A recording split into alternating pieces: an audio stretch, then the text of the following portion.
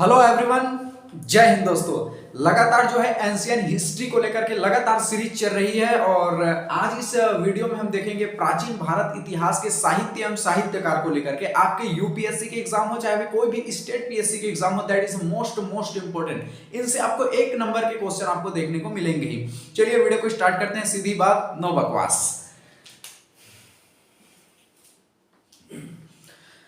साहित्यम साहित्यकार, इधर मैंने पूरे साहित्यकार लिखे हुए हैं, इधर उनकी रचनाएं लिखी हुई है। इनसे आपको एक नंबर के क्वेश्चन आपको प्रीलिम्स में या तो मेंस में 2 या 3 नंबर के आपको देखने को मिल ही सकते हैं। चलिए स्टार्ट करते हैं। सबसे पहले कालिदास। कालिदास की रचनाओं को लेकर के बहुत बार क्वेश्चन पूछे जाते हैं आपको, और गवर्नमेंट एग्जाम आपको किस तरह से पूछे जाएगा भी वहां पर मैं आपको हर वीडियो में फॉर्मेट बता देता हूं, तो आपको आपकी जो माइंड है क्लियर रहे कि क्वेश्चन पूछे किस तरह से जाते हैं। कालिदास की रचनाओं को पूछा जाता है, तो जो जितने भी साहित्यकार हुए उनकी रचनाओं को आपको मुखाग्र याद करना है। कालिदास की जो रचना है रघुवंशम, आपको इतना ध्यान रखना है। इस रघुवंशम जो साहित्य है, इसमें समुद्रगुप्त के विजय का वर्णन है। कालिदास ने रघुवंशम नामक साहित्य की रचना की है और इस रघुवंशम में समुद्रगुप्त जो राजा थे उसका विजय का वर्णन किया गया है। ठीक है, तो रघुवंशम आपको ध्यान में रखना है। रघुवंशम जो साहित्य है इसमें समुद्रगुप्त की विजय का वर्णन है। अगला कालिदास की रचनाएं हैं मालविका अग्निमित्र। ध्यान से रखना, मालविका अग्निमित्र, इसमें शुंग वंश की जानकारी मिलती है। देखो, बहुत से आप प्राचीन इतिहास की आप जानकारी देखेंगे तो उस समय मैं हमेशा यही बोलता हूँ कि उस टाइम पर ना तो कोई फेसबुक था, ना तो कोई इंस्टाग्राम था, ना तो कोई सोशल मीडिया था, ना तो कोई ट्विटर था, ना तो कोई यूट्यूब अकाउंट था। कोई ऑप्शन नहीं था किसी की जानकारी मिले। तो उस समय इतिहास को अगर मैक्सिमम केस में देखा जाए तो जानकारी का सोर्स था उस समय विदेशी यात्री यहाँ पर आते थे। कोई राजा थे, अपने दरबारी कवि रखते थे, राइटर रखते थे। कहीं पर कोई मूर्तियों खुदाई से मूर्तियां प्राप्त हुई, कोई अभिलेख शिलालेख पत्थरों में लिखवाते थे। बहुत से ऐसे इतिहास को जानने के साक्ष्य थे।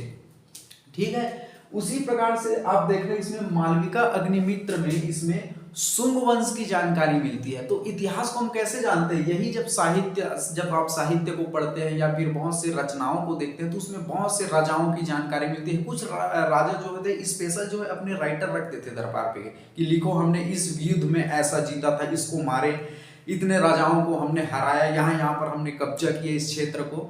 तो कुछ राजा थे अपना जो है खुद राइटर रखते थे। तो हम यहाँ पर देख रहे हैं साहित्य और साहित्यकारों के बारे में। तो कालिदास की 2 साहित्य हो गया रघुवंशम में समुद्रगुप्त की विजय का वर्णन है। मालविका अग्निमित्र शुंग वंश की जानकारी है। इसको ऑप्शन में किस तरह से पूछा जाता है मैं बता दूं यहाँ पर, इनमें से कालिदास की रचना है। आपको इस तरह से फॉर्मेट पूछ दिया जाएगा, या फिर मालविका अग्निमित्र किसकी रचना है। ठीक है, इस तरह से आपको पूछा जाता है। अगला हम बात करेंगे अभिज्ञान शकुंतलम। अभिज्ञान शकुंतलम में राजा दुष्यंत और रानी शकुंतला के प्रेम वर्णन है। इसमें बहुत बारी से पूछा जाता है कि अभिज्ञान शकुंतलम किसकी रचना है। अभिज्ञान जो शकुंतलम है वो कालिदास की रचना है। इसमें राजा दुष्यंत और रानी शकुंतला का प्रेम का वर्णन है। एक लव स्टोरी बुक है कह सकते हैं, आपको समझाने के लिए हम बोल रहे हैं। ठीक है, तो कालिदास जी की जो अन्य और अलग रचना जो क्या नाम है उसका, अभिज्ञान शकुंतलम। मेघदूत बहुत बारी से पूछा जाता है कि मेघदूत किसकी रचना है, कालिदास की रचना है। इसमें यज्ञ का वर्णन है और इसे जो कालिदास ने मेघदूत की जो रचना है छत्तीसगढ़ की रामगढ़ की पहाड़ी में लिखी थी। इतने कॉन्सेप्ट आपको क्लियर रखना है। ठीक है, मेघदूत किसकी रचना है, कालिदास की रचना है। मेघदूत में यज्ञ का वर्णन है। भाई स्वाभाविक बात है, कोई साहित्य है उसमें तो ये तो उनके बुक का नाम है, समझ लो, हम समझाने के लिए बोल रहे हैं मेघदूत। और मेघदूत में तो कुछ पेज होंगे, 200 पेज के, 400 पेज के, उसमें किसी ना किसी चीज का तो वर्णन होगा, तो उसमें है यज्ञ का वर्णन। ठीक है, और इस मेघदूत की जो रचना है उसे छत्तीसगढ़ के रामगढ़ की पहाड़ी में लिखी गई थी। अगला है विक्रम और उर्वशी। आप इसे तोड़कर देखो, संधि विच्छेद, विक्रम और उर्वशी, ये किसकी रचना है, कालिदास की रचना है। इसमें विक्रम और उर्वशी के प्रेम का वर्णन है। ठीक है, आपको ध्यान में रखना कि ये विक्रम और उर्वशी की लव स्टोरी का वर्णन है। अगर हम आपको समझाने के लिए बोले तो इसमें जो विक्रम है उर्वशी को कैसे प्रपोज करता है, हम समझाने के लिए बोल रहे हैं कैसे उनको तो उनके प्रेम का वर्णन है, पूरा प्रेम कैसे ये लोग आप समझ सकते हैं। तो ये विक्रम उर्वशी का प्रेम का वर्णन है। इसकी रचना किसने की थी? मेघदूत सॉरी कालिदास जी ने की थी। और ऋतु संहारण, कालिदास की और रचना का नाम है ऋतु संहारण। इस तरह से हमने कालिदास की रचना फिर से देख लेते हैं। रघुवंशम, ठीक है, मेघदूत हो गए, अभिज्ञान शकुंतलम, विक्रम उर्वशी, ऋतु संहार, मालविका अग्निमित्र। इतना आपको ध्यान में रखना है कि कालिदास की कौन कौन सी रचना है। अगला हम देखेंगे हर्षचरित। हर्षचरित की जो रचना का नाम है बाणभट्ट। बहुत बार आपको मैच द फॉलोइंग करके दे दिया जाता है, एक तरफ साहित्यकार, एक तरफ उनकी साहित्य, आप मैच द फॉलोइंग करके इस तरह से पूछा जाता है, ठीक है। बाणभट्ट इसमें हर्षवर्धन के बारे में है। रास तरंगड़ी के जो रचना, इसकी रचना किसने की है? कल्हड़, रास तरंगड़ी कल्हड़। कश्मीर के शासन का वर्णन, आपको फिर से ऑप्शन दे दिया जाएगा, कश्मीर के शासन का वर्णन किसमें है? तो आपको ऑप्शन टिक लगाना है कि ये साहित्यकार है रास तरंगड़ी, इसकी जो साहित्य है कल्हड़। अगला देखेंगे अष्टाध्यायी पाणिनि ने की थी। अष्टाध्यायी की रचना किसने की थी? पाणिनि। और ये इसमें किसके है? ग्रामर है, एक ग्रामर बुक है, आपको ध्यान में रखना है, व्याकरण, ठीक है, ध्यान में रखना। अष्टाध्यायी की जो रचना है पाणिनि, व्याकरण का वर्णन है, इसमें ध्यान रखना है आपको, ग्रामर बुक है ये।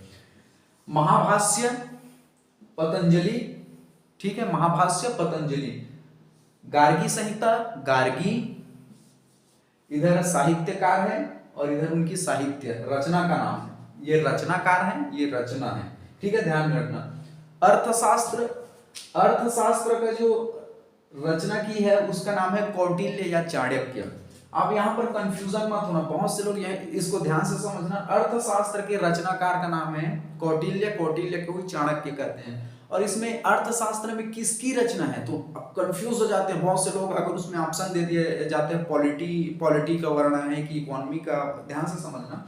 तो अर्थशास्त्र में राजनीति प्रशासन का वर्णन है, राजनीति कैसे करनी है, शासन प्रशासन कैसे चलाना है, ये अर्थशास्त्र में है, ठीक है। इसके रचनाकार कौटिल्य या चाणक्य। यहाँ पर मैंने सबमिट कर दिया है राजनीतिक प्रशासन के बारे में। पता चला कि अर्थशास्त्र में किसका वर्णन है बोल दिया, तो अर्थशास्त्र का, राजनीतिक प्रशासन का, कूटनीति का, ऐसे आपका ऑप्शन दे तो राजनीतिक प्रशासन के बारे में है अर्थशास्त्र में। पता चला जीडीपी एनडीपी वाला अर्थशास्त्र नहीं है ये, इसमें है राजनीतिक प्रशासन के बारे में जानकारी मिलती है। इसकी रचना जो है चाणक्य ने की थी, ठीक है। अगला हम देखेंगे मुद्रा राक्षस। मुद्रा राक्षस के जो रचनाकार है उसका नाम है विशाखा दत्त। जितने बता रहा हूं दैट इज मोस्ट इंपॉर्टेंट, इनसे आपको एक नंबर के क्वेश्चन देखने को मिलेंगे कोई भी गवर्नमेंट एग्जाम में। अगर हिस्ट्री को लेकर अगर क्वेश्चन देखा जाता है, अगर आपकी गवर्नमेंट एग्जाम में आते हैं तो एक नंबर का वेटेज इनका आपको देखने को मिल सकता है। मुद्रा राक्षस है विशाखा दत्त। इंडिका है मेगास्थनीज, आपको बहुत बार ये गवर्नमेंट एग्जाम में पूछा भी जा चुका है। इंडिका के रचनाकार कौन है? इंडिका के जो रचनाकार है मेगास्थनीज है। इधर मैंने लिख दिया एक कादम्बरी बाणभट्ट, कादम्बरी के रचनाकार है बाणभट्ट। जब इसका हम डिटेल पढ़ाएंगे, जब आगे चलकर और हिस्ट्री में जाएंगे तो इनका डिटेल बता देंगे। यहाँ पर सिर्फ हमने साहित्य और साहित्यकार के बारे में हमने देखा है, ठीक है। आई होप आपको बहुत अच्छे से समझ आ गया होगा, मैं ऐसा आशा करता हूँ। और इसके नाम को, इसके जो नाम है साहित्य और रचनाकार, साहित्य और साहित्यकार को बिल्कुल मुखाग्र याद कर लेना, आप कंफ्यूजन मत होना, वरना आपको मैच द फॉलोइंग दे दिया जाएगा, कंफ्यूजन हो जाएगा। इसलिए जैसे अष्टाध्यायी पाणिनि है, व्याकरण के है, अर्थशास्त्र के चाणक्य, कौटिल्य है, राजनीतिक प्रशासन के बारे में मेघदूत की रचना कालिदास ने की, विक्रम उर्वशी की रचना किसने की? कालिदास जी ने की। ऐसे आपको मुखाग्र याद रखना, जैसे बाणभट्ट, हर्षचरित, ऐसे करके आपको ध्यान में रखना है।